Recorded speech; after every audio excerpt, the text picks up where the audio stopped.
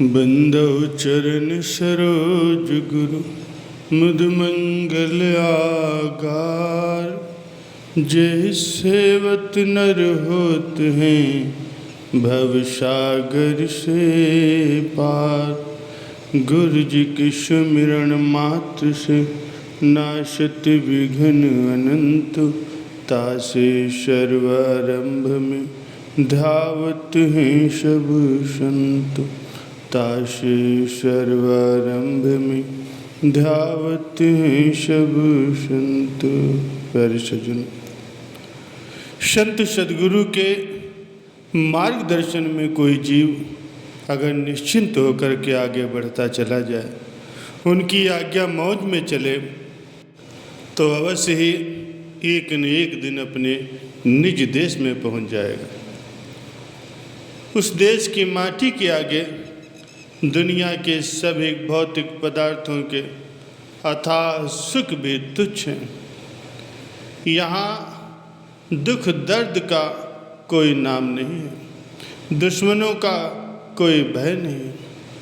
यह अकाल पुरुष का अमर देश है, जहाँ केवल आनंद ही आनंद होता है।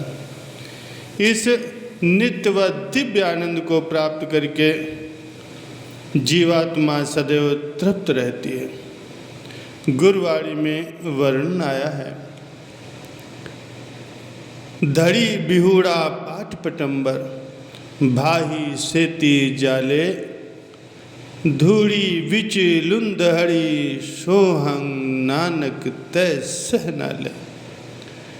सदगुरु की रहबरी और उनकी शोहबत के बिना अगर पहनने को रेशमी कपड़े भी मिल जाएं, तो कहते हैं कि उनको आग लग जाए। सदगुरु के सानिध्य में यदि मिट्टी में भी लौटना पड़े तो भी अच्छा है, क्योंकि रूहानी सौंदर्य और आत्मिक सुख तो सलामत रहेगा। रूहानी धन जो कि असली धन है, उसकी कोई कमी नहीं आनी पाएगी। भगवान श्री रामचंद्र जी को जब राजा दशरथ की तरफ से वन जाने की आज्ञा हुई, तो उन्होंने माता सीता को वन के भयंकर दुखों से अवगत कराया और उन्हें समझाते हुए फरमाया कि आप यहाँ महलों में रहो, मैं अवधि समाप्त होने पर शीघ्र ही वापस लौट आऊँगा। ये सुनकर के माता सीता ने बड़े विनीत भाव से उत्तर दिया कि आपके बिना मुझे महल के सुख भोग वन के दुखों से भी अधिक दुखदायी होंगे।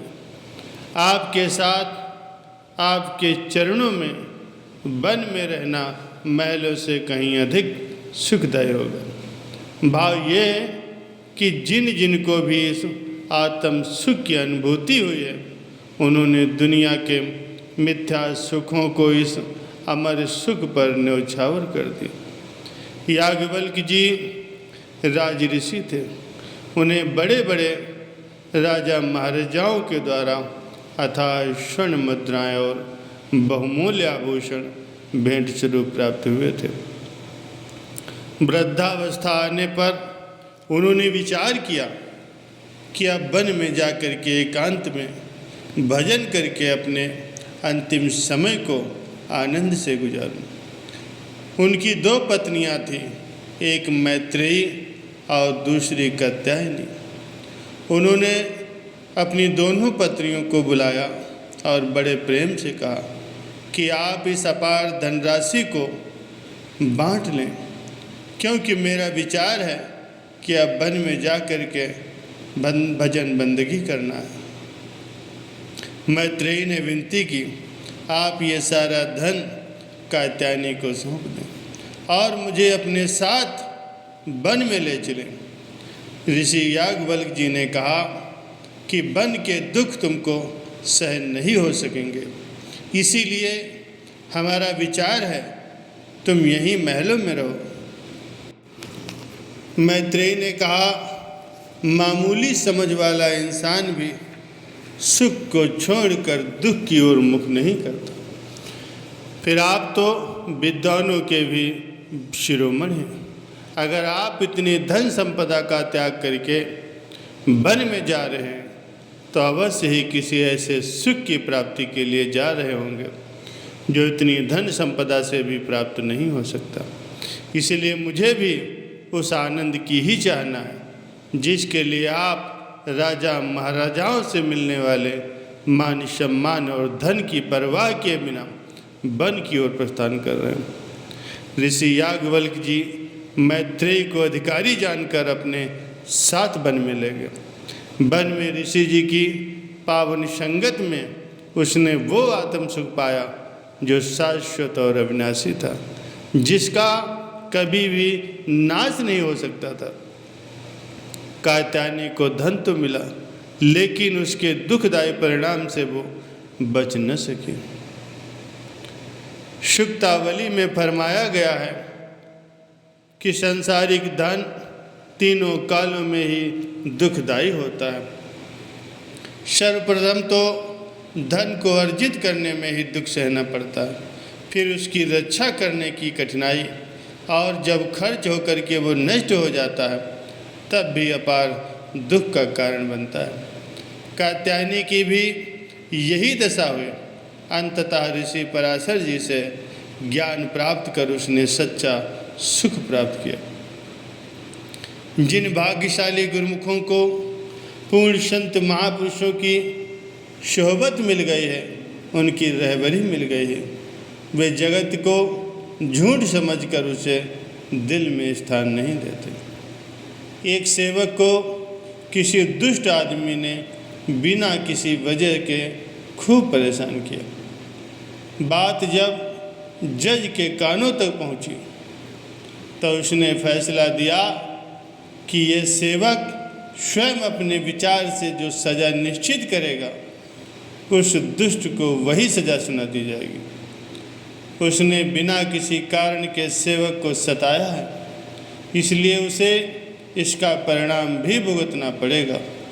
ये सुनकर के सेवक ने कहा कि इस आदमी को ढेर सारा धन दे करके छोड़ दिया जाए। जज ये सुनकर के बड़ा हैरान हुआ और बोला कि मैंने तुम्हें इसे सज़ा देने को कहा था, न कि पुरस्कार देने को। उस सेवक ने कहा कि मैंने बड़ी सोच समझ कर ही इसे बड़ी से बड़ी सज़ा दी है, क्योंकि धन ही सब विपदाओं का मूल है। इसीलिए जब इसके पास धन आएगा तो निश्चय रूप से ही आपदाएं भी साथ लेकर आएगा। ऐसे में जीव आत्म सुख की कल्पना भी नहीं कर सकता।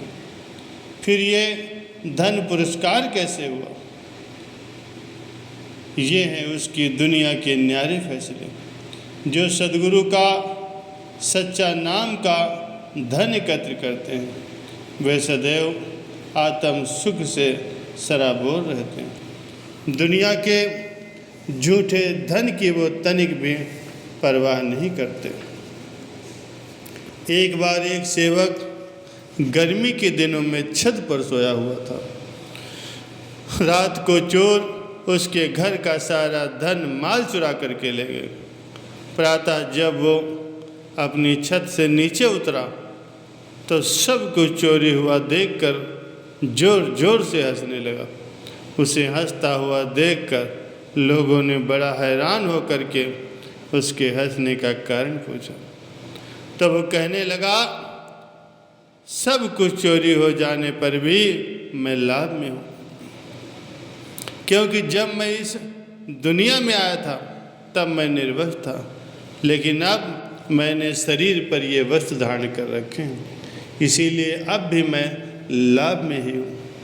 ऐसा सांत्वना भरा उत्तर पा करके वे सब उस सेवक के चरणों में नतमस्तक हो गए और कहने लगे कि आप धन्य हैं, आपने सच्ची संपदा एकत्र कर रखी, भगवान की रजा में राजी रहना सीख लिया है। मालिक की प्रेरणा से जब सब ने उसे पुराने सामान के बदले नया सामान व कपड़े इत्यादि खरीद कर दिए। कुछ दिनों के पश्चात वो चोर भी पकड़े गए, उनसे भी सारा सामान वापस ले लिया गया। इस प्रकार प्रभु के प्यारे यहाँ भी सकुशल रहते हैं और आत्म सुख से मालो माल होकर के अपना परलोक भी सुहेला कर लेते हैं।